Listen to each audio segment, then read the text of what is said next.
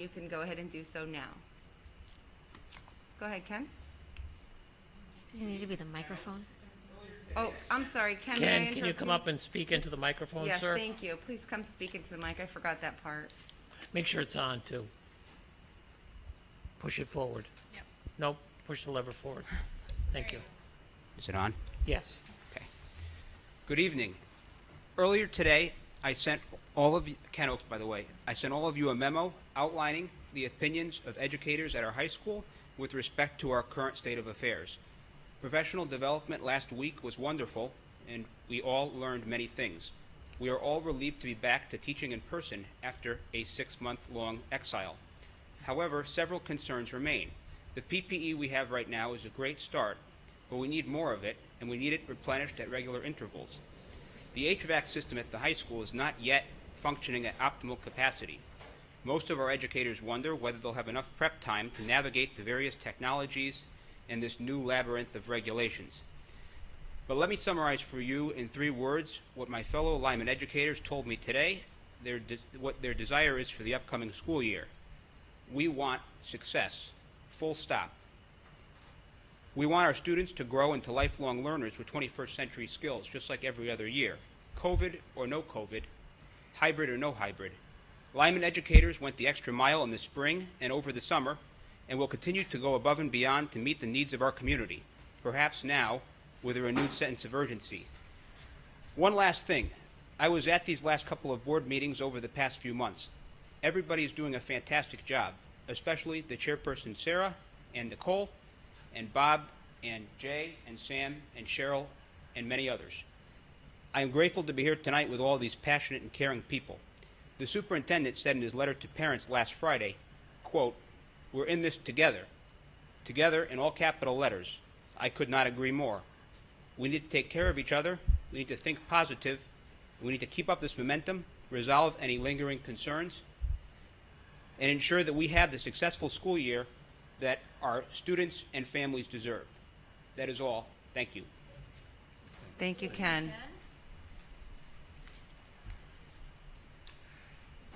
Any other members of the public that would like to speak tonight?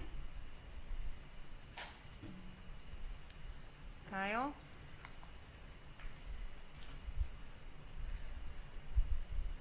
Have a seat, yeah. Good evening. My name is Kyle Griffin, and my son is currently junior playing on the soccer team. I'm here to speak on the decision that was made by the athletic directors to ban parents for their right to watch their children compete at the high school level. First, I would like to thank Mr. Elliott for the time he spent over the summer advocating for our student athletes. I think he went above and beyond advocating for our student athletes so they could have a season. With that being said, I do not agree with all the decisions that were made. Every year, approximately 40 high school and college athletes die on the playing field. More than 3.5 million youths under the age of 14 are injured, some of them severely, every year playing sports. But yet we still let our children play. The reason I bring this up is as parents, we allow our children to participate in sports knowing the risks involved. It's 2020, and all the problems we have going on, we still send our children to school knowing the risks. We let them play sports knowing the risks. We are adults. We know the risks involved. Okay? I, for one, am tired of other people making decisions for us. I'm sure one of the reasons of the decision to not allow spectators is to lower the risk of transmission. However, there's a flawed logic with that. I know the schools went to a hybrid model to lower the transmission possibilities, but our student athletes are mixed between cohorts, the teachers are mixed between cohorts, and they're bound to expose each other at some point, but yet we still allow them and we know those risks. Okay? It is my understanding that the athletic directors all voted unanimously to ban spectators. I believe this was done so that they had a fair and unified response with their decision, but as everything else in life, it's not fair. You know, each facility is different, and I think the athletic directors and the schools should make the accommodations to allow families to watch the children play. It is all part of the student-athlete experience. Just because it was the easy thing to do doesn't make it the right thing to do.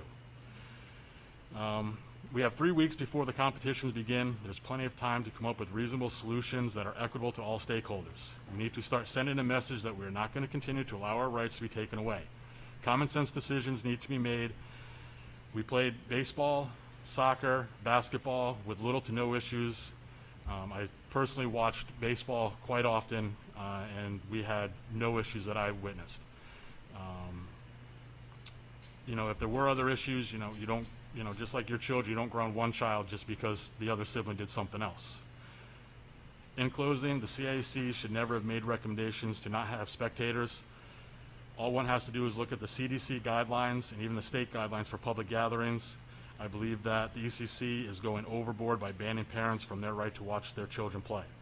Again, it's our right to watch our children. The athletic directors should not have been the ones to make this decision. I don't blame them for taking the easy way. They had a hard summer all along to try and get the sports season going.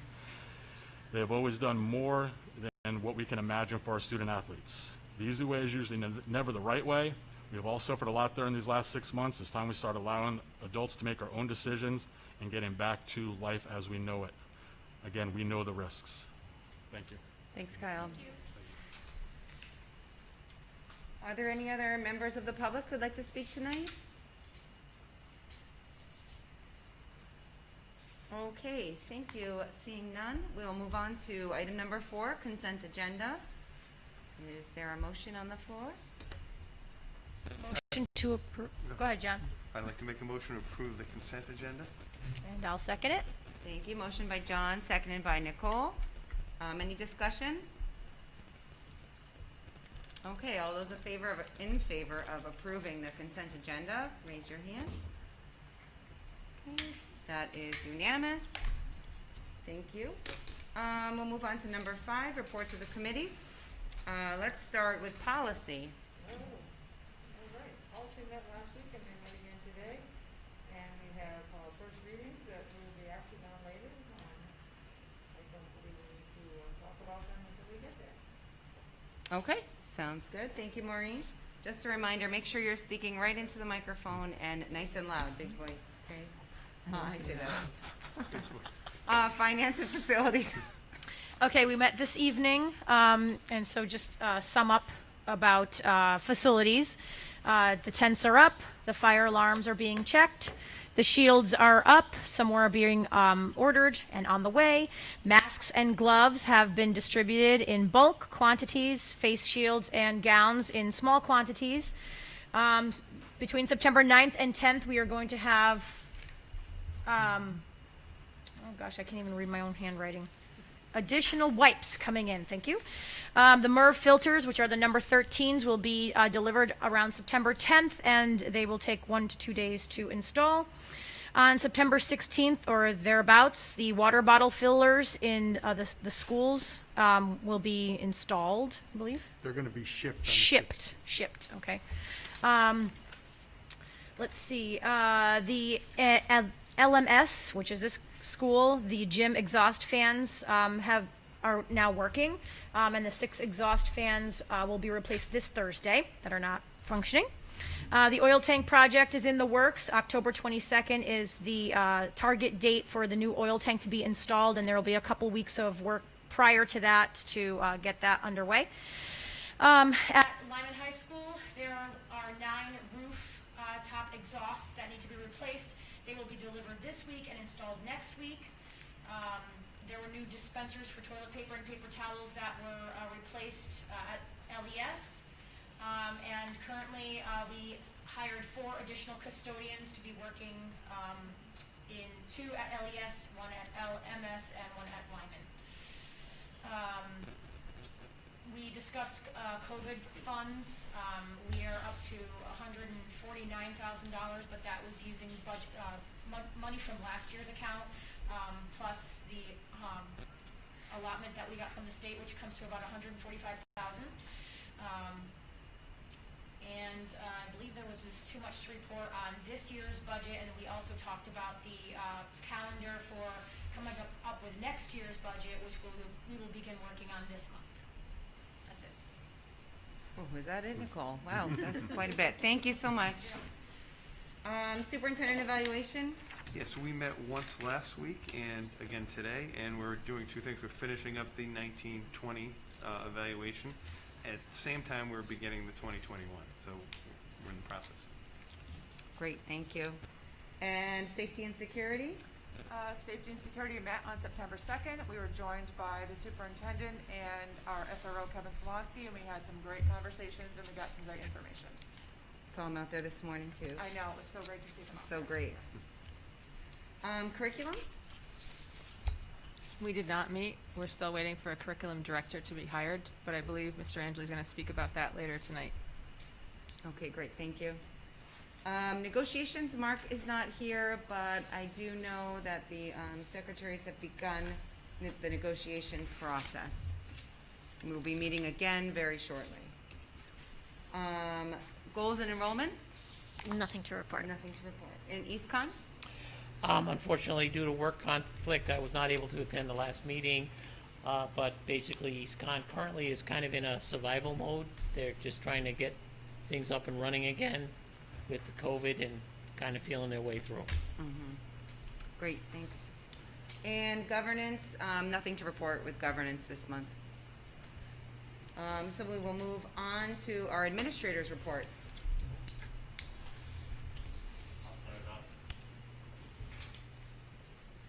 Hello, everyone.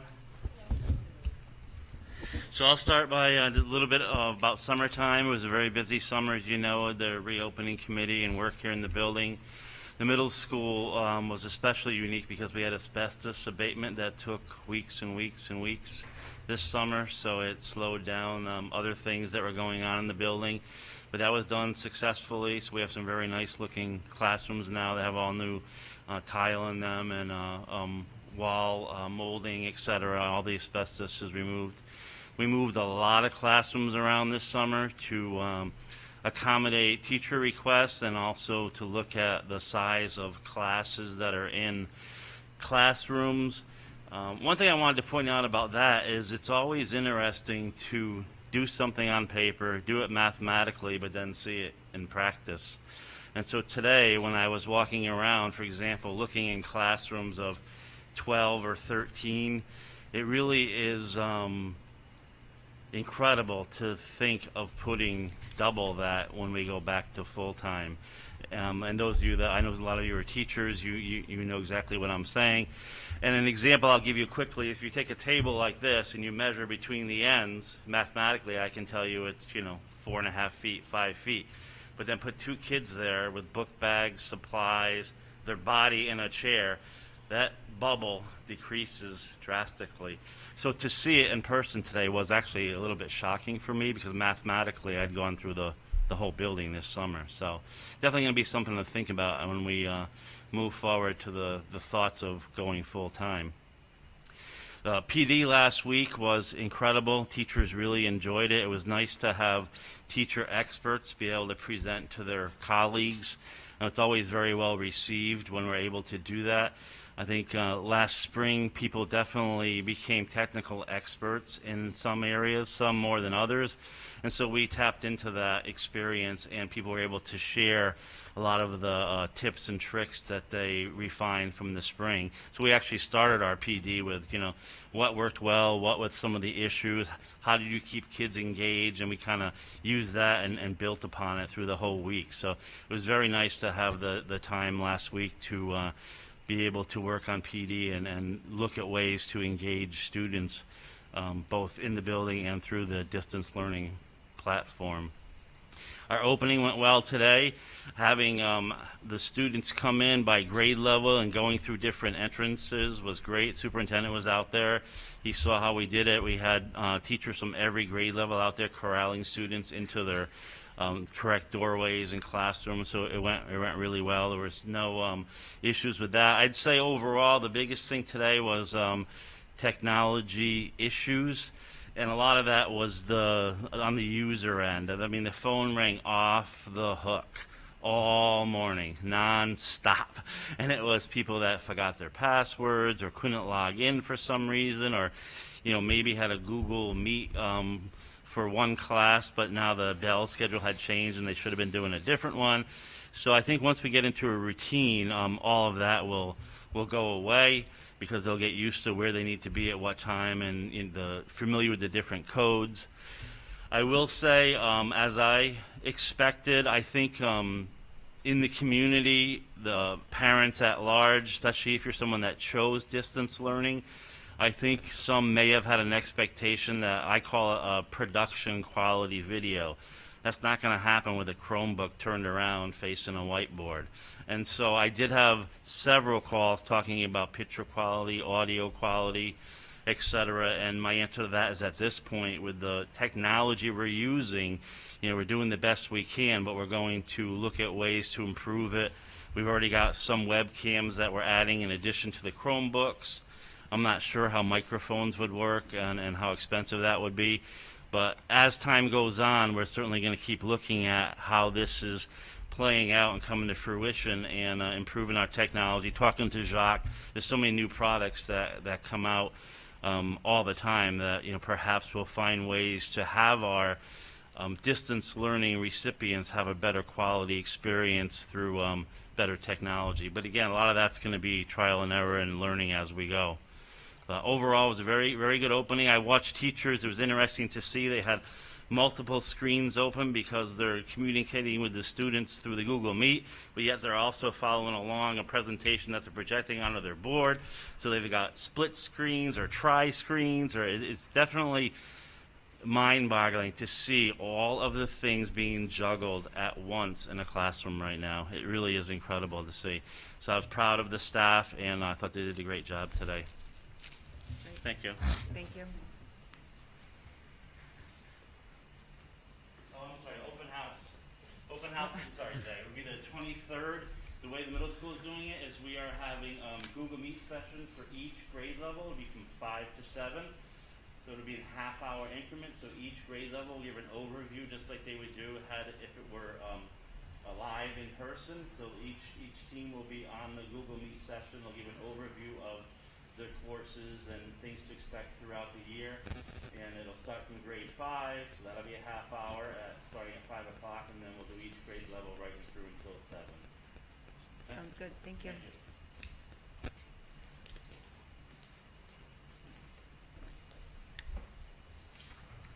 Wow, what a day. What a day. I'll start back over the summer as well. We had a idea put forward by our post-grad committee for this mural of linemen that had all of these, it looks like these arms from kids throwing up their graduation caps. If you get a chance to see it, and you probably will see it in the Chronicle soon because they were taking pictures of it, it's absolutely amazing. And the artists that were behind the design of linemen that you see behind the tiles, it's incredible. It looks like I don't know, sunrise, sunset behind linemen, but it is amazing. When we were taking students around for tours, because some of our freshmen coming in from other towns, they didn't get a traditional freshman orientation. So we gave them a personal tour of linemen where we set up their Chromebook for them. Then we literally, these tours would take an hour. And it was, showing them every little thing. And the idea behind it was to make sure that they felt comfortable. And I was joking with the kids that I said, when you get done with this, you need to be able to give this tour. And that went really well. But it was such a big hit, this mural. Like, we stopped there all the time, and they were pointing out different things. It's just amazing. I will make sure that I put it in the board packet for next month, the picture, if you don't get a chance to see it. I have one on my phone too there, Jay. So if anybody wants to see it after, I'll show you. It's beautiful.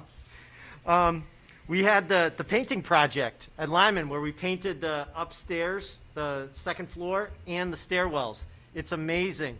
And that was another thing that was pointed out when we were going around on our tours, the difference between the building and once you got downstairs. So I assured everybody when we were doing our tour that we were going to be looking to complete the project soon. I do want to say, just like Rob, our custodians did an amazing job this summer. I set up a room for them, and I said, can you guys like replicate this throughout the building? And not only did they replicate it, they actually made it better. I like their design better. So, kudos to them. I've got, I call them mic cubed because I have 3 mics. So if I need a custodian at school, if I yell out Mike, half of the custodians in the building will have a chance of showing up at my door. But Mike, and Mike, Tammy, Ivy, and Karen, they did a great job getting the building ready. Justin, Jonathan, and Jacques, our tech setup, it just came together. It was great. Just like Rob said, I do want to thank the teachers and other staff members who led the workshops for PD last week. It was great. We did stuff in the morning, and then the teachers got a chance to go back after in the afternoon, set up their room, but also to practice. And I can't tell you how many people were inviting each other to meet so that they could practice. It was great. It was just great watching all of it. And I wanted to thank our teachers, because our teachers, they put in so much time preparing for this. If you went into any room there, there was never a short visit to a classroom, because we would always get into talking about how things were going. And, they'd ask questions, I'd ask questions of them, we would try and come up with answers, and I think they did a great job, and I think you could see that today. That was really evident today. We sent out a bunch of videos. It was fun doing them. The video of the parking lot, my wife was telling me that the person that was driving was going too fast. And I'm like, no, they weren't. I was in the car. They weren't going. It might look like it's going fast, but she was actually more than under the speed limit. But it was fun. And the parents seemed to like the videos.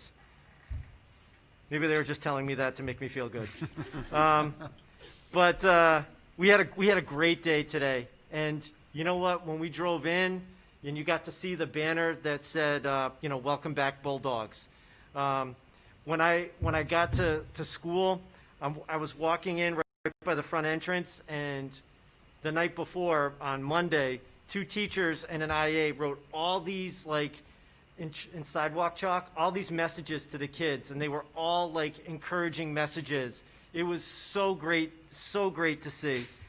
I was watching some of the kids that were coming in from out of town, and they go into the atrium like they always do, and they were kind of just milling around. So I pointed out to them that there's all these little X's on the ground. That's where you guys can stand and socially distance and talk. And I watched one group of kids.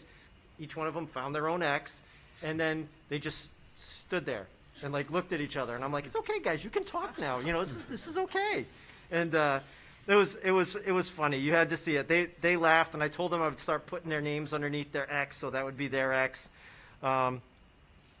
We had a very, very small number of kids not attend today. I actually looked back last year. The October 1st is a big, data deadline for the state. That day, October 1st, I think we had 15 kids out. We had a lot less than that today with all of this going on with distance learning, okay? I want to say we had about 13, okay? That comes out to, it's less, I think it was 3.5% of our kids. So it's a very small number. One of the things we pointed out to all of the families when they were doing their tours, but, anytime I talk to a parent, when you factor in the distance learning kids and the cohort, we only have about 130 to 140 kids at Lyman, spread out over 3 floors. So I kept saying that some of those scenes that they saw in the news and other schools, just not happening, and it was amazing looking at, watching kids follow the arrows. And I was even joking with Mr. Angeli that a kid, I loved how he just went down the middle of every, hallway and hit every arrow that he was supposed to be walking down. We had no issues with arrival or dismissal. We did, the kids did a great job coming in from the parking lot, the one door. The buses dropped off at the main doors. I know for lunches, which we usually don't do at Lyman, on early dismissal days. We gave out at least 40 or more. There was about 20 juniors themselves that got lunch today. You know, it was great for, you know, some of our kids that were playing sports and needed something to eat real quick, because it's a long day, and it was a hot day today. So that's about it in a nutshell. We had a great day. I was really it was a good feeling at the end of the day. It was a good feeling. So glad to hear that, Jay. Thank you so much. Thank you.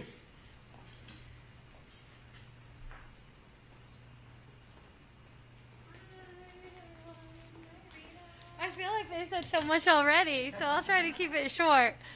So as you know, we did walk through, so the same as our building, we did so many details. I think one of the things that I focused on mostly at the elementary level was to maintain the young feeling.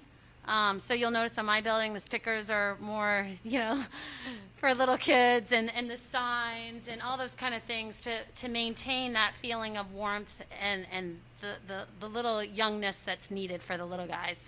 You know, I've done numerous morning messages from the beginning of August that's been posted in all sorts of ways, and I have received also some great feedback on that. Just things I try to reach out to not only our in-class students but also our distance learners, and that's been something that the staff and I have really been focusing hard on, making sure that we reach all of our kids regardless of choosing to come to school or not. So we did offer last week also meet and greets for kindergarten and preschool, so we had some kids come in, which was great. I did tours for our new families as well. We did our drive-through pickups last week too for our cohort B and our distance learners, and I want to commend the teachers and the paras who put together so many materials for these families. It wasn't just a device pickup at our level. It really was, in some cases, like a suitcase bag of materials that the kids might need at home. So I'm really thankful for that time that we had last week to prepare for the elementary teachers. Really needed those extra days to prep everything for the kids. So thank you for that last week. We also had a surprise visit from the news media last week. That was a complete surprise. So it was nice to get some positive news media for our town, because they don't come often here. So that was exciting. We did, so today, of course, we had our first day, right? And it was neat to see the kids that were virtual and the kids in place. And same thing, tech came up. Maybe some families didn't know the meet or got confused, but what we did at our building is we offered another time at 2 o'clock so that families didn't have to feel so stressed that I didn't get on, no, so they had, and at that time, right, the teachers didn't have kids, so it was also a calming time for them to really reach out and say, are you good? Are you set? Are you feeling good about tomorrow?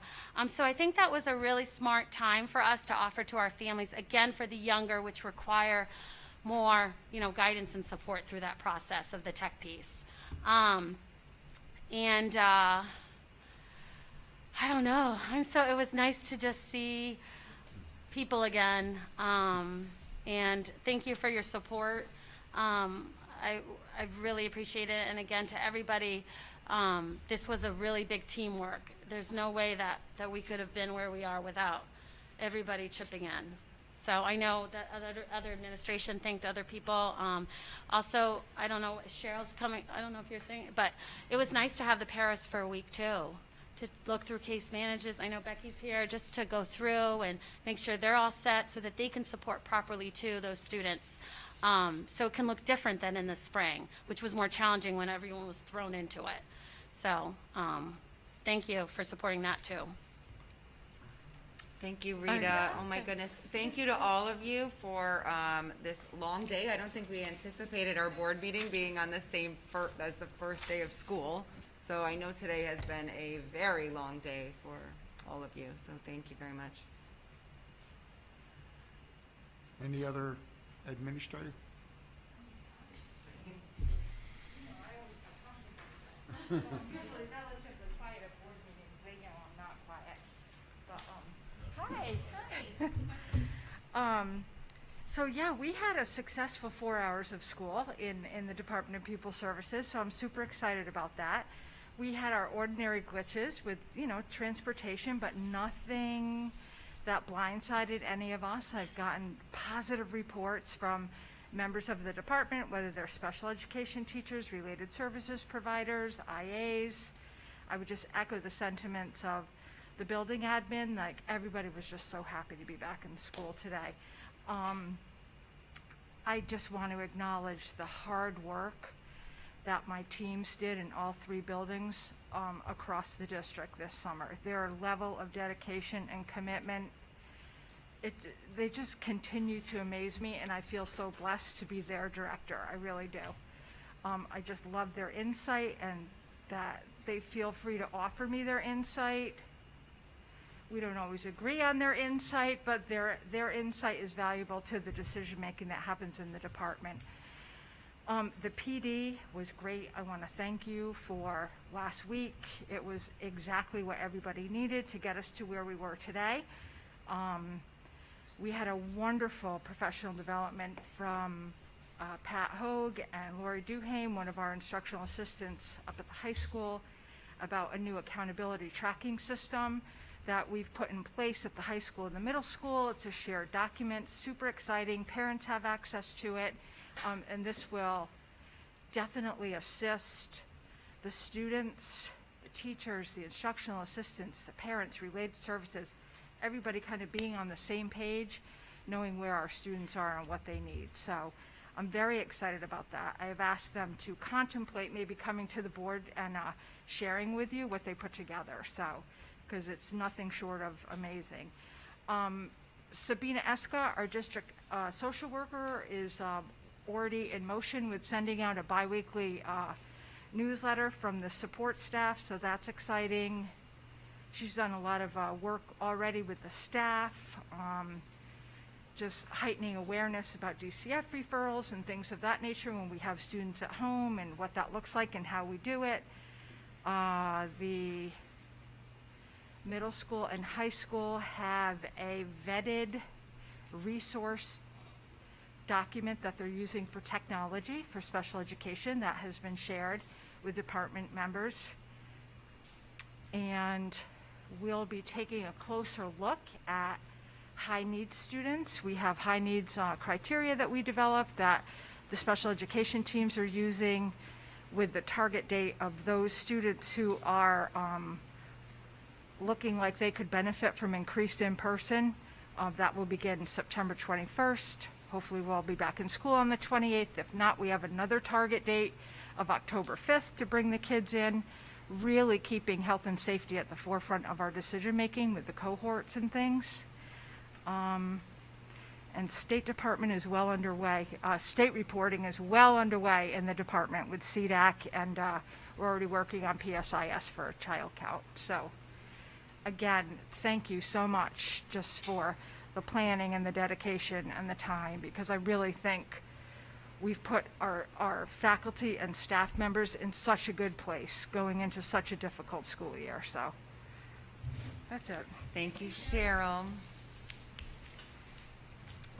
Okay, wow, those are, oh, Jeff, come on up.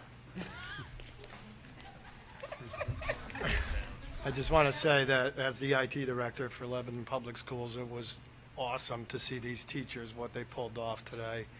Watching them with the 2 computers, as Rob was saying, with the 1 Chromebook, some of them had webcams. It was just incredible, and to see them pull it off. We have some of the best teachers in the state, and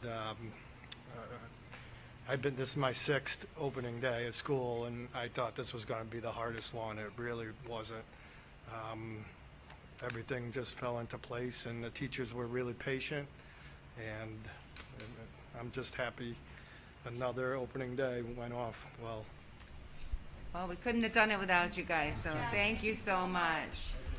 And that goes for all of the administrators and all of the staff, to be honest. I'm sitting up here with goosebumps, so I appreciate all of your hard work. We appreciate all of your hard work. Thank you. Excuse me. Report of the superintendent. Okay. So first up, I was going to give a facilities update, but I think Nicole did a very nice did. job Check. checking that off. I can't remember, Nicole, did you mention the oil tank project? All right, then that's done. All right.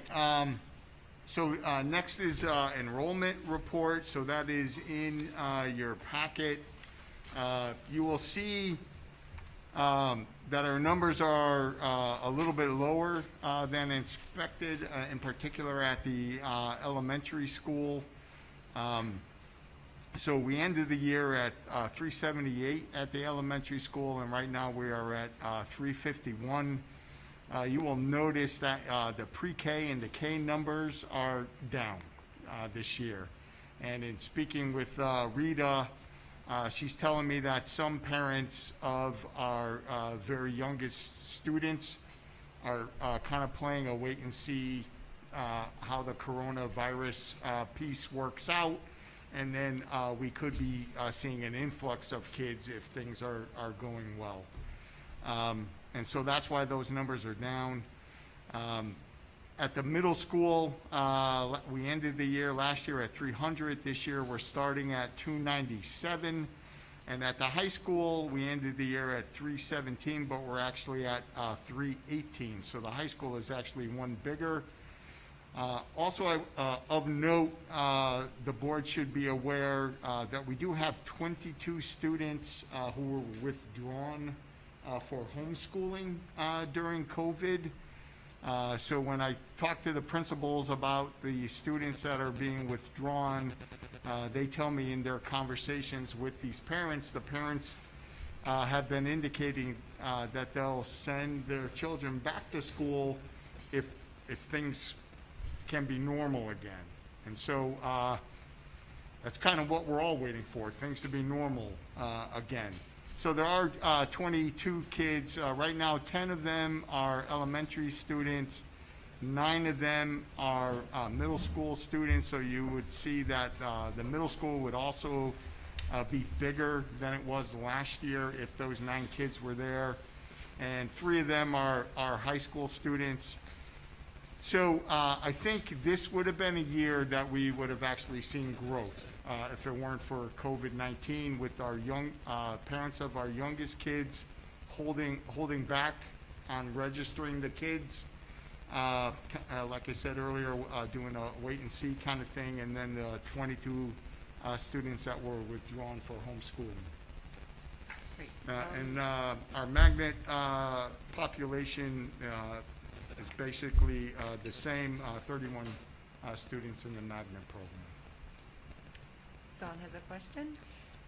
If not having last September's numbers in front of me, correct me if I'm wrong, but at the pre-K level, we tend to start at a lower number because spots are held. And so do you, like, clearly from pre-K to K, there's a decline, or there's a difference, but the pre-K number 47 that we have for this September, do you happen to know what the pre-K number was for last September? I don't recall that, no. Okay. 'Cause I think it usually starts small so that we hold do spaces. Screenings a couple of times during the year, and Yeah. so generally we do add during the year to pre-K. Okay. You're correct on that. Okay, thanks. Any other questions on enrollment? Okay. Moving on to class action lawsuit. Yes. So in an email I sent to the board members, I sent you a 350-page document. And so the district was named in a class action lawsuit coming out of New York State that basically names every single state department of education and almost every public education system in every state. Not all, but almost all. I'm not really sure the criteria that they used. But we were named in this lawsuit. Basically, the lawsuit is coming from parents of special education students that feel that the best way to serve the educational needs of their children is to have them attend school and attend school full-time. And so that's basically what they're asking the courts to do. What I have in your packet is the initial reaction from the judge on the merits of the case, right? And so her decision right now was to put a stop. School systems were supposed to have to respond by last Friday to the lawsuit, but she stopped that and in turn turned it back on the group that brought the lawsuit forward and said, you really need to show proof that this lawsuit is valid. And in addition to that, why is this including almost every public school system in the nation when this really is a local issue, right? And so school systems operate independently of each other, and so we don't all get together and make a decision on how we're going to educate kids. And so the whole class action lawsuit, that could be going away. We don't know that yet, but this case is the initial response from the judge is a good indicator that districts outside of New York will likely not continue to be included. That doesn't mean there are plaintiffs from Connecticut that were listed in the big document, and so those folks from Connecticut could turn around and just do some kind of a suit in our state, but that is remains to be seen. So these are the early response from the judge. This goes to our insurance, right? So if there's a claim that we have to pay out on, we have insurance for that. Our insurer is Kerma, and so they hire a law firm to handle the lawsuit. And so Kerma insures a large number of school districts in the state of Connecticut, and so they have a big law firm representing all of us. But we've also had some correspondence with the board's attorney, Shipman and Goodwin, on this matter as well. Okay, so I will keep you updated as this moves forward.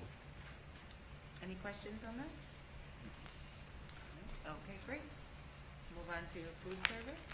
Yep, so there is an update for food service. One, I wanted to make sure that the board, I think I reported this number a couple of different places, but I wanted to make sure that the board knew that during the spring and over the course of the summer, our food service program served a little over 66,000 meals to families.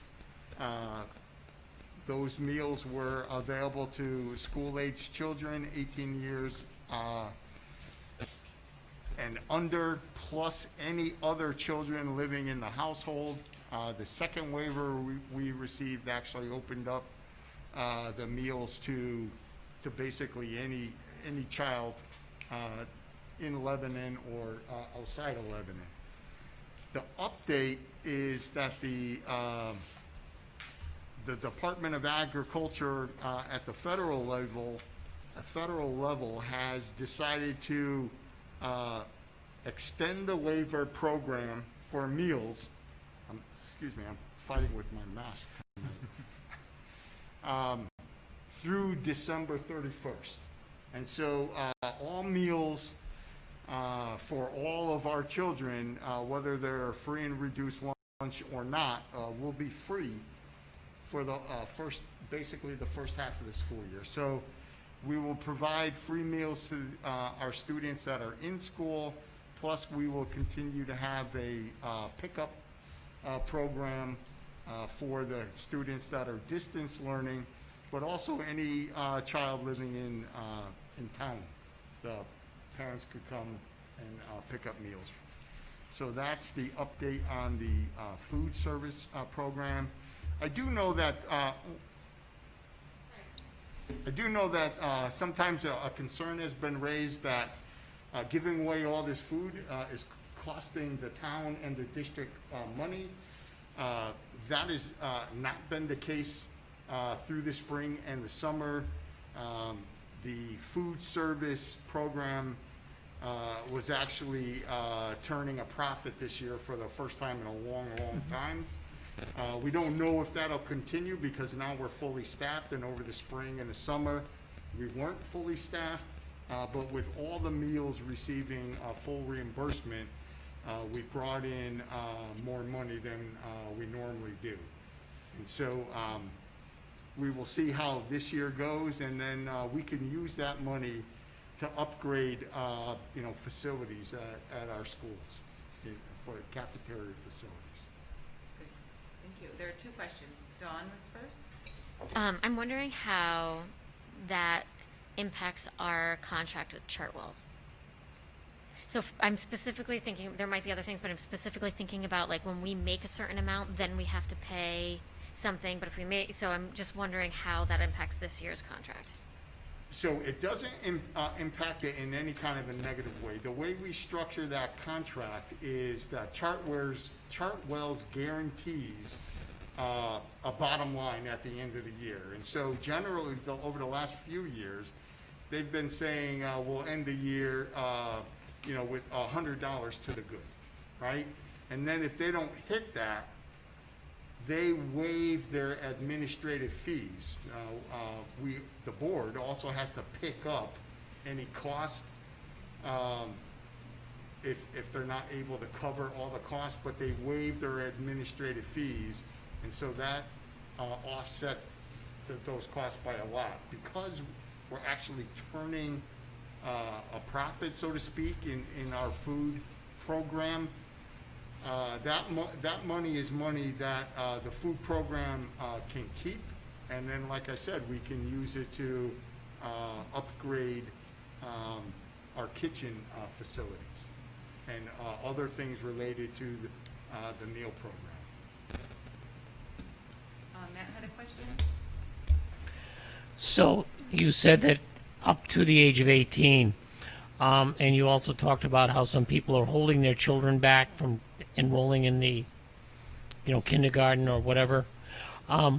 So are those people that live in town, are they eligible to come and participate in the food program if they elected to keep their child out of school this year because of COVID? Yes. So it doesn't, and if they had younger children, would they be able to get meals for them, or was that, how far down do you go in age? So it was any child. Well, we don't serve baby food. No, I understand that. Okay. Yes. So any child that can eat regular food, they're Okay. eligible to eat. I just know a couple of families that it could benefit. Thank you. Yeah. Any other questions? Well, I think Bob would like to add something.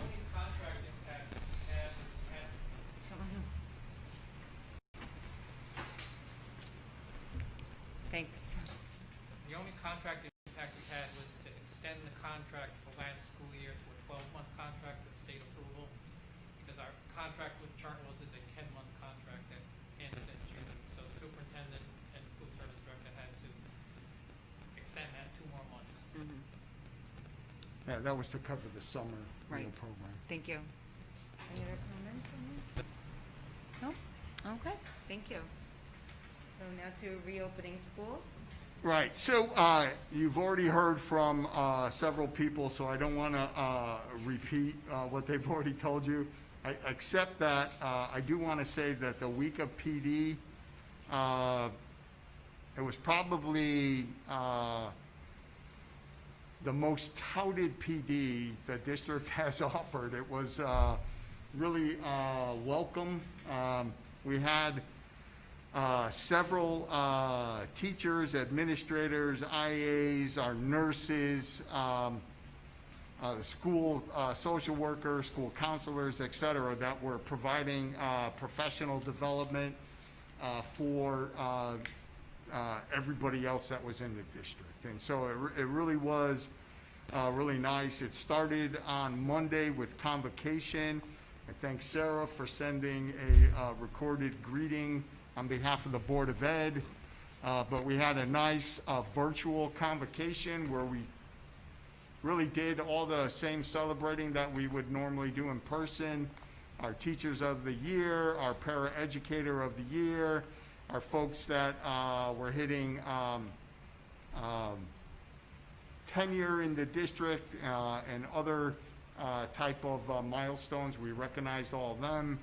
So it really was a nice start of the week, and then we had 4 full days of PD provided by in-district staff, and it was a great week. I logged into many of the sessions, and those that I couldn't attend because they were going on concurrently, the teachers were posting their handouts, they were posting their slide presentations, so it was really very good.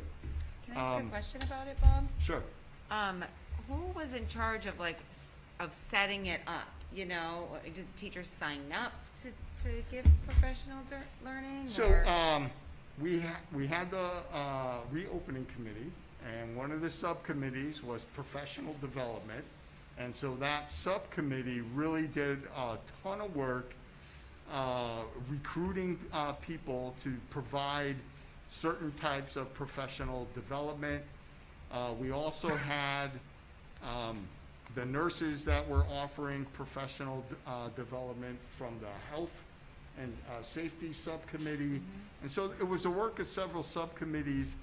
The administrative team, Cheryl, Jay, Sam, Rob, and Rita had a meeting to develop each of their school schedules and then organize each of the 4 days for their buildings. So it was a fantastic team effort. That sounds awesome. I mean, I've been hearing such wonderful things from so many people about how last week went, and yeah, I could share. That's good. I didn't bring copies to share out, but I could send the board the week schedule so that you could see what we did that week. Sure, that'd be great. Thank you. Dawn has a question. Is it on PD also? No. Okay. I might hit it. And if I don't, you'll ask. All right, so, one of the concerns about reopening school has been around masks. And so the only area of mask wearing that's still a little bit up in the air is for our youngest students in pre-K. So the initial guidance was all students, including the pre-K kids, had to wear masks, and then that changed to pre-K students did not have to wear masks. They did not wear masks all summer long in their summer placements. Then we were told that there was either going to be an executive order or renewed guidance coming from either the governor or the Office of Early Childhood or from the State Department of Ed. Those did not happen, and so the guidance that came out in an appendix on mask wearing still talked to all students having to wear masks, except at a meeting with state officials the next morning. A superintendent asked specifically if pre-K kids had to wear masks, and the guidance came back. It is recommended, but it's not required for pre-K. So that's where we are right now. Last week, on either Thursday or Friday, the governor passed Executive Order number 9. So he must be off the 7s, right? Because he went through 7 all the way to NNN, I think, right? And then he had Executive Order 8 around police, and now he's on Executive 9 for reopening schools. In that executive order, he gave the commissioners of early childhood and the State Department of Ed authority to pass binding regulations and guidance on issues related to reopening schools, one of which is mask wearing. So we do expect that there's going to be something coming out specific to pre-K students and masks. That just hasn't happened yet. I was in all 3 buildings today. There was not a single time that I saw a person that was not wearing a mask, so everybody was always wearing a mask. Even when we went into the pre-K classrooms in the morning, those children were wearing masks. We did receive an email from a parent who said that during a a child was logging in from home, and during that portion of the class, children had their masks off. I checked with Rita. She explained to me that that was a morning meeting, and during morning meeting they have snack, and so you have to take your mask off to have a snack, just like at lunchtime. And so that was explained to that parent. So right now, masks have not been an issue, at least not one that's been brought to my attention. The state released last week, I think on Friday, guidance on attendance taking. And so, you know, some schools had already been open. We were opening on Tuesday. The guidance is still coming in from the state, from the federal level, like the lunch program. I was working with Carlos Veracruz, our chef manager, over the weekend to fill out the documents and send them into the state. We did that on Saturday, just so that we could have the waiver in place for the first day of school. So as we're opening, we're still getting rules and guidance, and things are changing. So with attendance, the state is mandating that districts report on a regular basis. It's either every week or every other week, attendance on how reopening is going, and they have new attendance codes. So if children are distance learning, they're distance learning present, or they're distance learning absent. So we have to disaggregate the data for the state and then send. It's creating a lot more reporting that we're going to have to do this school year. So we just received that on Friday. We also recently received information from the CIAC that there will be no interscholastic football for our high school students. So football is canceled. I thought that, I also read that there was going to be, the other fall sport that was in contention is volleyball, because, you know, it's a smaller court and the girls are close together. That there are could be some restrictions put in place for volleyball. I'm not sure what those are yet, but the only sport that right now is canceled is football. Before you move from sports, may I ask a question? Yeah, and then Dawn has some. To do with sports? Okay, I was just going to ask, it's not on our agenda, and we probably should discuss what had been brought up. I'm wondering if, by our public participation, I'm wondering if, Bob, is that a decision that you would make? Or I know that ECC has voted to not allow parent spectators at sporting events, but I'm wondering, you know, where do we stand authority-wise? So we are a member of a league, right? And so when we join a league, we do agree that we're going to abide by league rules and league decisions.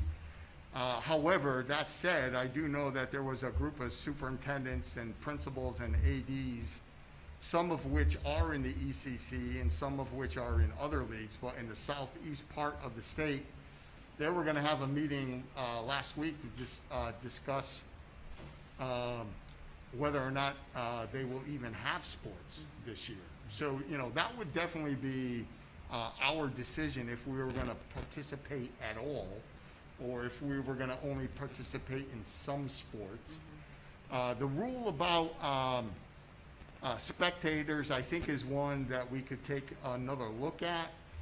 We would, as the parent who came tonight said, you know, there are rules about outdoor gatherings, etc.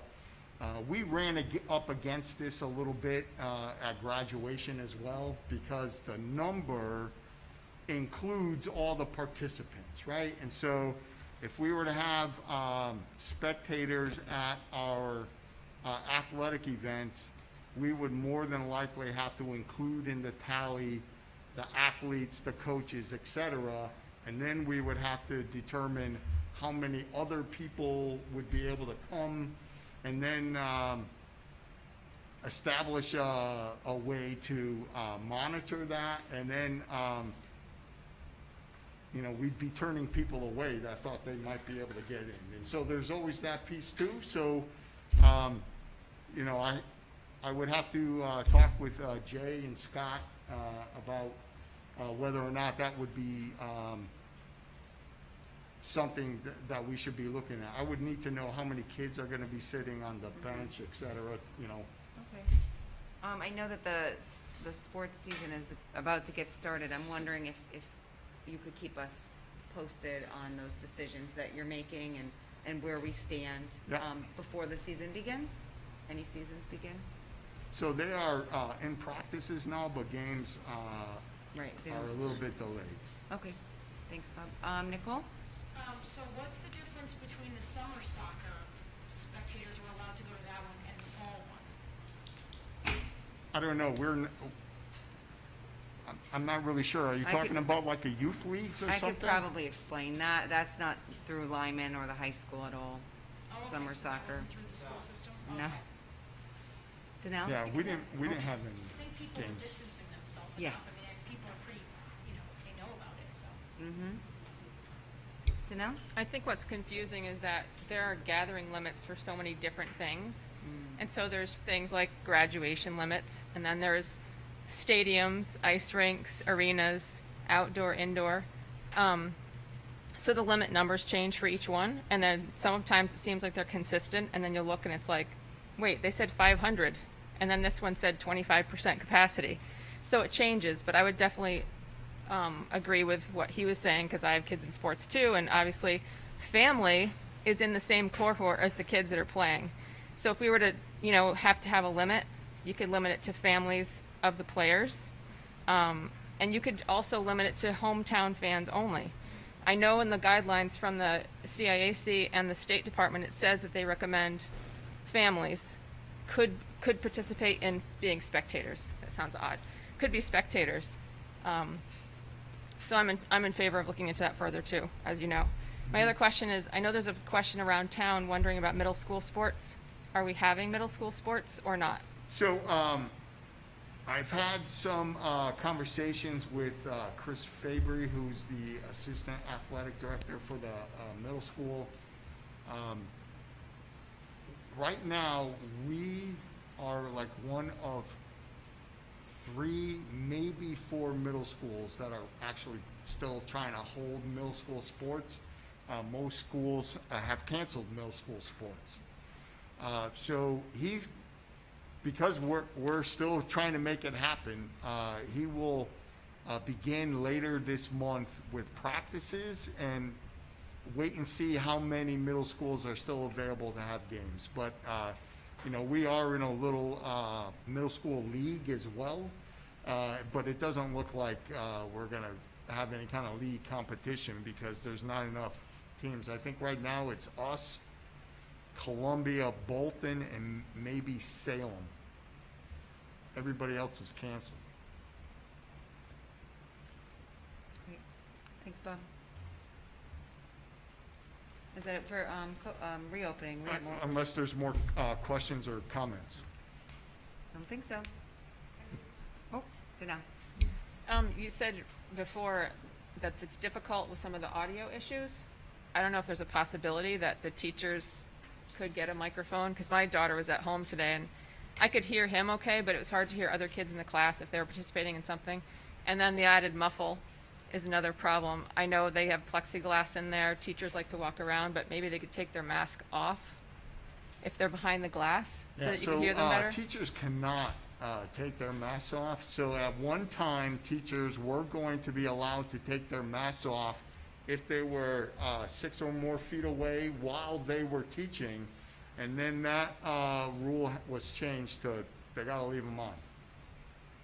But as Jacques stated and Rob stated, we're starting with what we have, right? And so we added devices for our youngest kids. We went out and purchased some webcams, and we have more on order. So we're improving infrastructure as we go. you know, this is one of the things that, you know, educators are professionals and they want things to be perfect. And we struggle when it's not perfect because we feel like we're not doing everything we can for our students. And so it really was a continual conversation with the administrators, with our teachers through the emails that I send to them, that it's not going to be perfect, right? You know, Jacques talked about, he thought this was going to be the hardest opening day. I don't want to jinx it in case I don't know something that's close to wood. But I think this was a great opening day. It really went well. It didn't go perfect, but there was nobody that I talked to that said today was a terrible day. Everybody said it was pretty good, and then I got a couple of greats, right, which was nice. So I like to hear the good in there, right? And so I think overall it really did go well, you know, and we're going to have some growing pains with making sure that we're meeting the needs of all the kids, the ones in the classroom, plus the ones watching via their Chromebooks or iPads, and then making sure that we get hard copies of things to the students that need them, our youngest kids, and then some of our other students. But I think we are problem solving around those issues in a good way. So it wasn't perfect. There are tech issues that we're going to continue to work. It's not going to be like a channel, you know, a TV station in every classroom where you got a crisp picture and the sound is great because there's multiple microphones. The webcams that we're buying have built-in microphones, and so maybe those will be better than the ones that are built into the Chromebooks. So we'll make improvements as we go. Great. Dawn had a question? To Danelle's point, an easy, quick resolution might be, especially if the teacher is able to be heard, have the teacher repeat the questions, because that's not only access for the students online, but also for the students in the class who may have checked out for a moment or couldn't hear it for whatever reason. So instead of saying we need to make sure that the kids at home have access, say we're doing this so that everybody has access. Here's the question on the table. Here's what we're about to talk about. So. Mm-hmm. And then the last thing I'll say, because I didn't say it earlier, is, and only because I hear horror stories, so to speak, about drop-off and dismissal times. You've heard from the principals. I think, you know, I watched Rob's this morning, and then I watched the dismissal at the middle school. I saw both also at the elementary school. I'll go see the high school on Thursday. It's too close to the middle school times. But I thought they really went well. The elementary school is implementing a new program. There's still some growing pains there. I think dismissal took 15 minutes. It didn't take the hours that sometimes you hear are occurring at some other schools.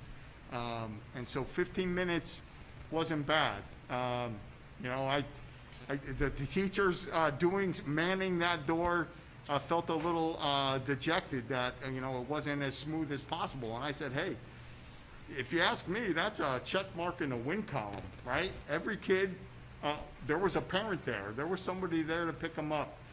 Rita told me today was the first day in a long time that everybody got in a car that they were supposed to get into. Everybody got on the bus they were supposed to get into. There was nobody left behind, and nobody got returned.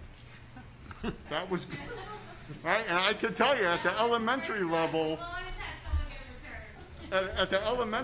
and even with some of our older kids, you know, a parent drops them off in the morning but says, don't forget to get on the bus, and the kid forgets because they're waiting for the parent to come, and none of that happened today. So it was a good day. Yes, go ahead, Nicole. So I think the reason why it's so fluid in this district is because everyone has started working together from day one. You know, starting with the reopening committee, we had 50 teachers on board, plus administrators, plus Board of Ed members, and it's like we are all working together. The board supports the administrators and the teachers and the IAs and the bus drivers, like everybody. We hear everything and we do our best to support with their needs. And I think that's really key in this town because it's not the same in all the other towns.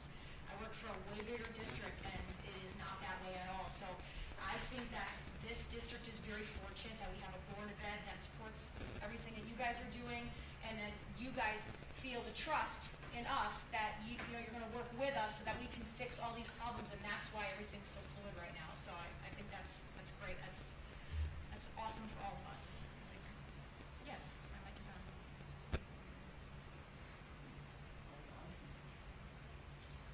Okay. Yes, thank you, Bob. Thank you. All right. We'll move on to the 1920 budget, closing that out.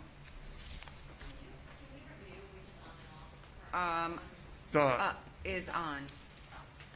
The one and the zero. The one is on, the zero is off.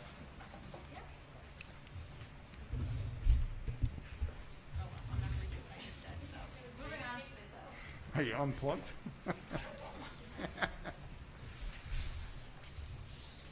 Okay. So, 1920 budget. So this is the current and most recent projected endpoint, right? And so we know that the Board of Finance decided at its August meeting to delay any action on depositing money into the non-lapsing account because they wanted to be more sure of what our end number was going to be for the end of the year. And so on the second page here, you could see $295,292 is our projected surplus for the 1920 school year. Bob, do you have anything you want to say about that? That number will not change again until the audit for 2021 is complete. If you notice on the top, the title of the report is Efs Submission for September 1. September 1 is the date that all school districts have to submit their annual financial report to the state, and it's on their new system, and the acronym is EFS system. So this is it. We have no funds encumbered. This is our final number. It always changes by a little bit based on the audit. Sometimes there's points of contention between the school district and the auditor. Something might have been overlooked, treated a little differently. So most likely it will change a little bit, but it's not going to change on my account. It's going to change because of an audit adjustment. Great, thank you.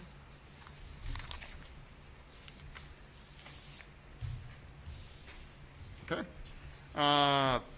The current year budget, as reported at the subcommittee earlier this evening, you know, we're underway with the school year since July 1st, and so some of the expenditures that we've been making for PPE, plexiglass barriers, tents, etc., have been coming out of this budget. Certainly, they weren't all budgeted for, but there are reimbursable purchases that we're making, and so we're hoping that that will offset. The town has also established a fund that they said that the Board of Education would have access to for COVID-19 expenditures, and so we have not frozen anything yet in the budget. I did let the board know at a meeting last month that depending upon how the reimbursements go, there could be some freezing of line items in the budget, but right now there isn't a need to do that.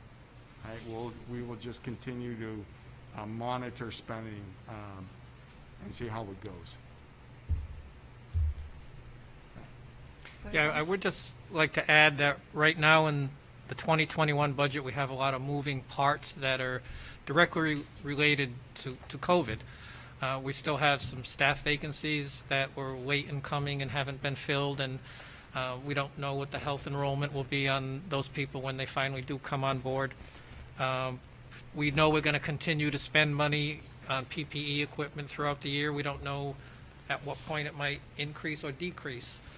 We know we do have state funding and possibly other federal funding that will be coming to offset that. One account that will be of concern is unemployment. If you look through August, we've had $8,200 in unemployment claims, and our budget is only $10,000.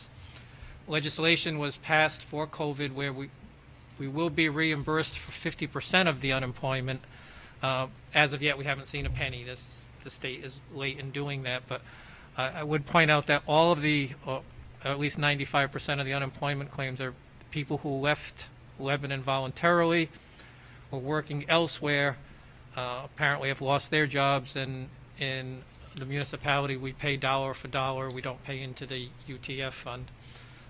So that's where the impact is coming from. So to the extent that some monies won't be spent, they'll be available to cover areas where we'll have increased expense. Go ahead, Matt.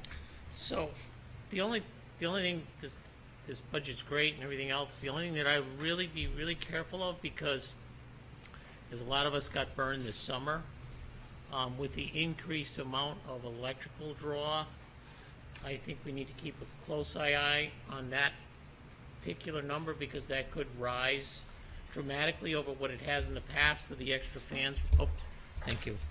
With the extra fans running and all that kind of stuff. It's just something in the back of my mind that we just need to really keep a close eye on. That's one of those expenses that can kind of sneak up on us and really grab us in the backside. Well, there should be, that's a point well taken. There should be some offsets to it in terms of building use in the evenings where we might not be operating the buildings to the full capacity. I know if I go back to last year, I believe our electricity, we were quite a bit under budget. We were $27,000 under budget, and obviously we weren't here from the middle of March through the end of June, and then there was virtually no building use at night. So hopefully one will offset the other. Right, but we're actually, correct me if I'm wrong, we have a period of time where we're running exhaust fans in the morning and then in the evening? We do start them up earlier so that we could exhaust the air for 2 hours prior to the start of school, and then we let them run right, and after then, the day is over. you know, not so much now, but when the weather gets cooler, that's going to add increased heating expense, because if you're exchanging the air more often, you're going to add more oil to keep the place at the same temperature. If you're bringing cooler air in from the outside to exchange the air. That's, again, I'm not saying it's not necessary, but it's just one of those expenses I think we really need to keep a close eye on, because, again, that can really sneak up on us and become a big expense. That's a point well taken. Thank you. Any other questions on the 2020-2021 budget? Okay, great. Thank you. Moving on to COVID relief funds. Yep, so as reported earlier this evening, the district can receive up to $145,419 in COVID relief funding from the state. It is broken up as personnel expenses and non-personnel expenses. So we're eligible to receive $2,599 in personnel expenses related to cleaning, PPE, health and safety issues. And so we will look at that money as an offset to costs related to the extra custodians. We're also going to be hiring monitors for the isolation rooms, so we're looking at higher CNAs, and so that'll offset a little bit of that cost. The transportation costs for personnel, we were thinking bus monitors, and if we needed to hire any additional staff to work at the schools to help monitor dismissal or arrival. Right now, we don't need that additional staff at the schools for dismissal or arrival, and we've been unable to hire monitors. I've asked the question of the state of whether or not we can move that personnel transportation money into another category, such as the non-personnel cleaning and PPE and health safety, because we're going to exhaust that pretty quickly, and we're waiting on a reply. So non-personnel costs, $125,000 is we're eligible for reimbursement for cleaning supplies, PPE, and other health safety issues. We would include plexiglass barriers that we've purchased, the tents as part of that initiative. And then there's $5,000 in case we have increased transportation costs. There is an increase because I changed out Type 2 buses with the bigger buses. So the Type 2 are the smaller ones, so that we could have more space on the buses for those bus runs. And so there is some cost there. And so that's COVID-19 relief. Danelle has a question? Just related to that bus point, before the meeting, we were talking about some buses had nobody on them. I know my route had 4 kids on them. Is that something you're talking about, where you made buses bigger for more space and we're finding out we don't need them after all? Or is that something different? So we have to remember that we're in hybrid right now, so we're only transporting a smaller group of kids. And then we have about 20% of the kids who are selecting distance learning. So not all of our students are going to be on buses. So there are going to be smaller numbers of kids on the buses. We'll take a look at those runs where the smaller buses were, and if we think that we could go back to a smaller bus and not spend that money, that's something that we could do.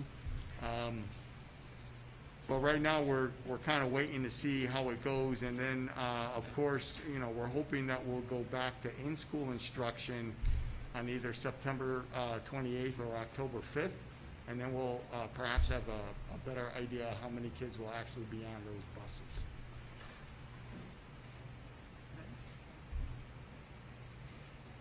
Go ahead. Okay, one more question about, maybe you said this and I wasn't paying attention. The personnel part, it says academic you had 0. Did we apply for that but we got none, or we didn't even apply for that because we didn't need No, it? so the way this worked is early in the summer, superintendents received a request to fill out a survey for the state. And that survey was around what do we anticipate our needs will be around a whole bunch of different issues. And so Bob and I filled that out after we talked with the principals about, do we anticipate staffing needs? And we talked to Kevin about, do you anticipate staffing needs with custodians, et cetera, right? So we had this long conversation with the administrators, but some of these topics also came up with the reorganization, reopening committee about different ways to handle certain things. So when Bob and I filled out that survey, we had over $1 million, just over $1 million worth of anticipated expenses that could in fact come out of this. We had devices, right? Reimbursement for all the iPads that we purchased in the spring that were going to be implemented for distance learning for our youngest students. Any additional Chromebooks that we needed to purchase that would have been to support our efforts during COVID-19. We didn't get any money for devices. There was going to be no reimbursement. So we didn't get that money. We didn't get any money for teaching personnel. So we added a 4th grade teacher There will be no reimbursement from the state for that. The decision on academic staffing was for districts that have 40% or greater students that receive free or reduced lunch. So it really was something to support some of the poorer towns and districts in the state. Wasn't going to be for everybody. So we didn't get any of that money. So I listed there because that was the way the state reported the money to the districts. I didn't list devices because that wasn't on the state form that we received, but that was in a webinar with superintendents when the state explained how we were, what monies were going to be available, and we were told that there was going to be no reimbursement. If you went out and bought any kind of technology, there was going to be no reimbursement for that. And so that was part of the survey that we had responded. We were hoping to get that money. Bob has something. 1 second, Bob. Oh, is it about this? Yes. Oh, okay, go ahead. Yeah, just to add to what the superintendent said, when Bob and I filled out that survey, there was no indication whatsoever that this could potentially be used as a funding formula. So we don't know if the state, in the back of their minds, knew they would use this as a funding formula, or after the governor declared it'd be 160-some million, they said, okay, how are we going to divvy this up? Hey, let's use that survey. I remember we had put in, I believe, for 4 custodians, and we used, I don't know, $70,000 or something. We had almost $300,000 in there for custodial staff. We had teaching staff. And as Bob said, we had over $1 million. And yet, in their formula, we got nothing, basically, on the personnel side of things. So that's just how that whole situation developed. Okay. I asked because kind of a twofold question. I'm concerned about the 7th grade science part-time position. We lost a teacher because he got a full-time job. That's a teacher position. I think it's, how many times have we changed teachers in the last 6 or 7 years for 7th grade science? And I didn't know, right now we've got a .6 position, I think, right now, and I've spoken to that substitute teacher who's ripping her hair out trying to be a full-time sub, or a temporary substitute until we hire someone. But I can't imagine that we're going to be able to hire somebody during this pandemic for a part-time position, but kind of full-time responsibilities. And so I think of situations where the coronavirus relief could come into effect. I looked at the numbers for 7th grade. It's at 69 right now, which is the same amount as the 4th grade, which we approved for a full-time position for that. COVID related, but not reimbursed, you just said, if I understood that right. So it's kind of where my thinking is going. If we have funds somewhere else to support a full-time teacher, we want to get a teacher that stays, not one that uses Lebanon as a stepping stone to somewhere better or somewhere full-time.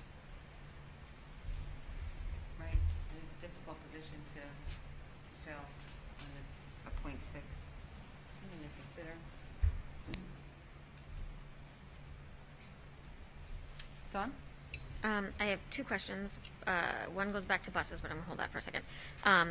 I agree about the 7th grade science position and also all of the points. I want us to be careful. I don't think that we can compare the numbers in 7th grade to the numbers in 4th grade for justification, because the setup is completely different, right? How they enter that classroom, the shift, like not everybody's taking the same class at the same time, whereas in 4th grade, it's all of they're in that same room all day long, and the size of the room. So I agree with everything. I'm just not comfortable with the comparison between 2 very different situations. And then back to the buses. I think there might be confusion. A conversation that I was a part of at prior to the board meeting in terms of 0 students on a buses was not in Lebanon. So do you happen? It was not. It was not in Lebanon. No. So I don't want that to get out there that we have buses with 0 people. It was a conversation that was specific to districts outside of Lebanon. There were small numbers, but not 0. And also, we have an obligation to provide transportation to to everybody, so even if the numbers are small, that is still our obligation. Okay, great. Thank you, Bob, for the report. Moving on to new business, and I'm going to turn it over to Maureen. All right, we have. I'm going to address the first one by itself, just because we discussed the options that are listed, and we decided that we would that the first the optional language in the first paragraph was too limited, so we will be going without that option, but we'll leave the optional language in the second paragraph. So that would be for the first reading on that one.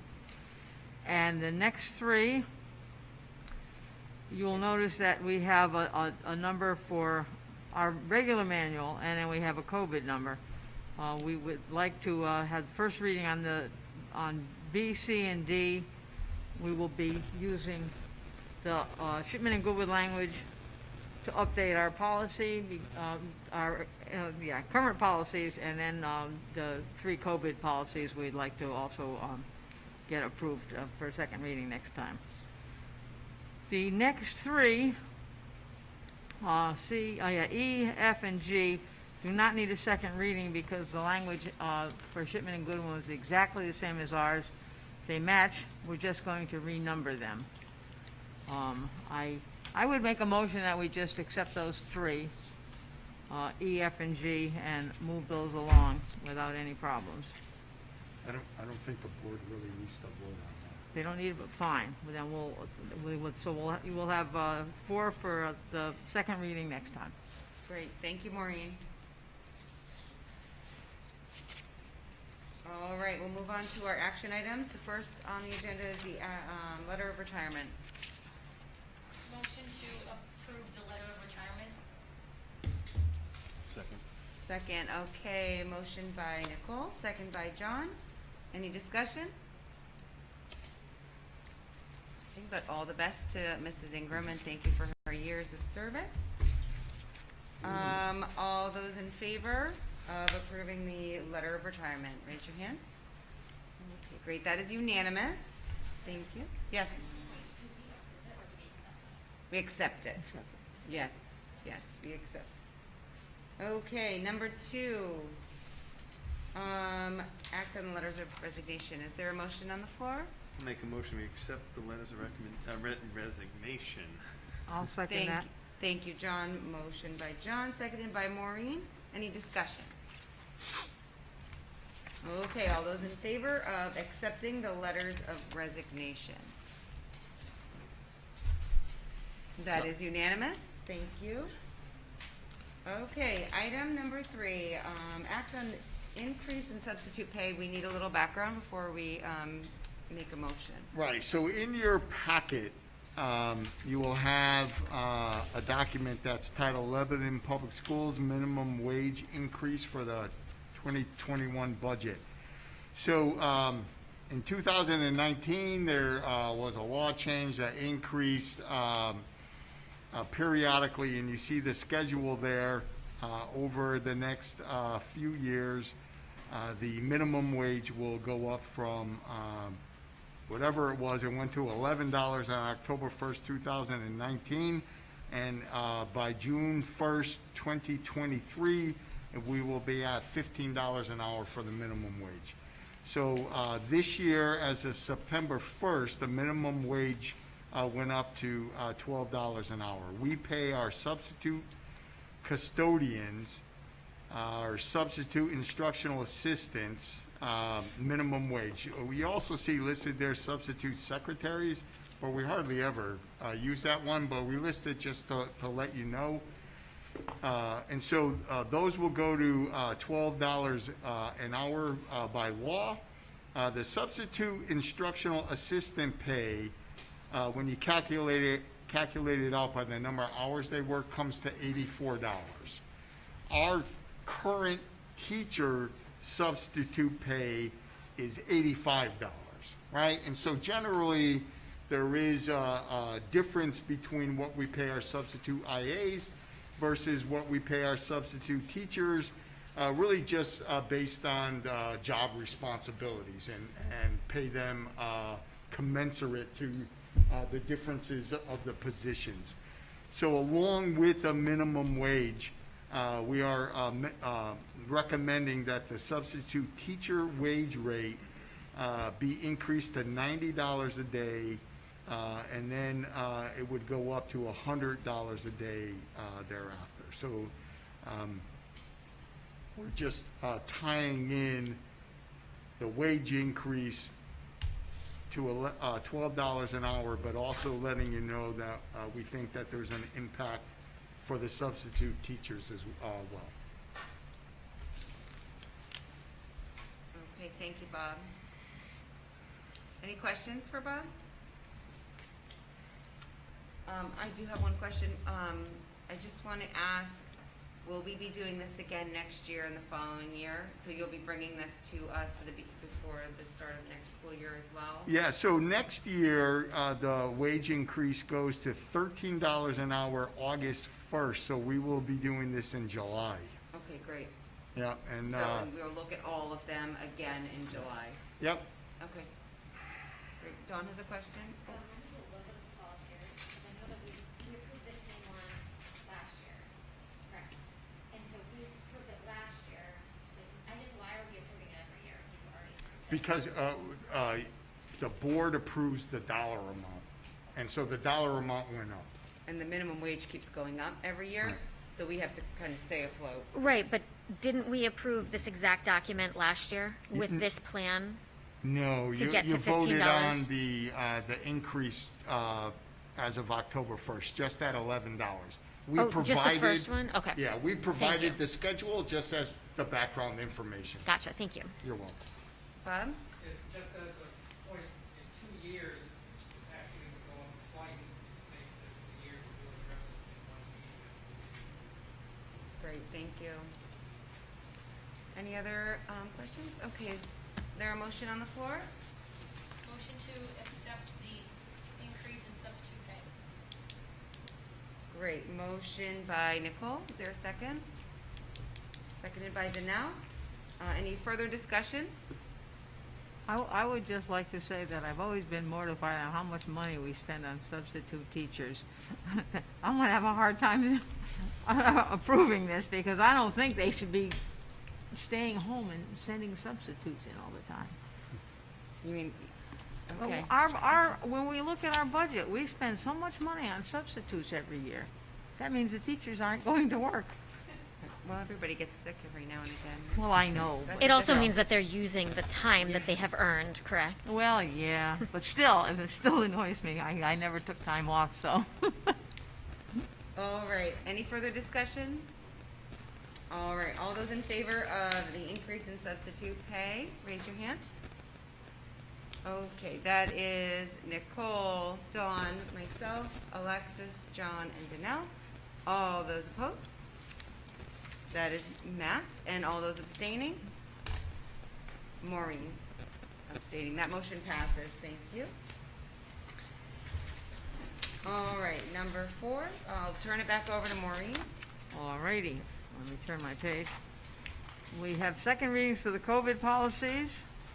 I move that, wait a minute, let me just get my wording right. I make a motion that we approve the, for the second reading, the listed COVID policies. I'm not going to read them all. Okay, Thank you. motion by Maureen to approve the COVID policies listed on the agenda. Would you like me to read those, Melissa? Okay. Okay. And these are scheduled to be in effect until June 30th, 2021. Okay, so the motion is to approve the COVID policies listed on the agenda until, Well, no, just okay, Because we temporary COVID temporary, policies. yeah. that's the suggested date by the state. Yeah, it We could could change. extend it, or we could have it at a shorter period of time, or the Okay. state could extend it, so.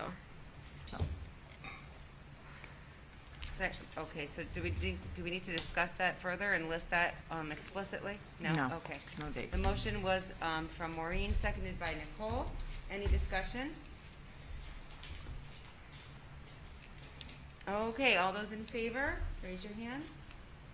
That passes unanimously. Thank you.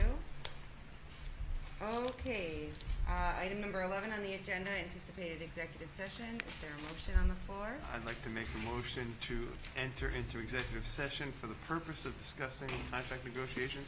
And should we invite Yes. superintendent? Thank you, John. There's a motion on the floor, seconded by Nicole.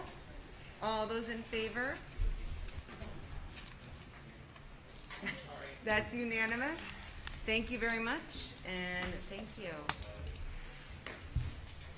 We'll have to shut the doors also. We're going to give Jacques a minute. He has got to run over there and...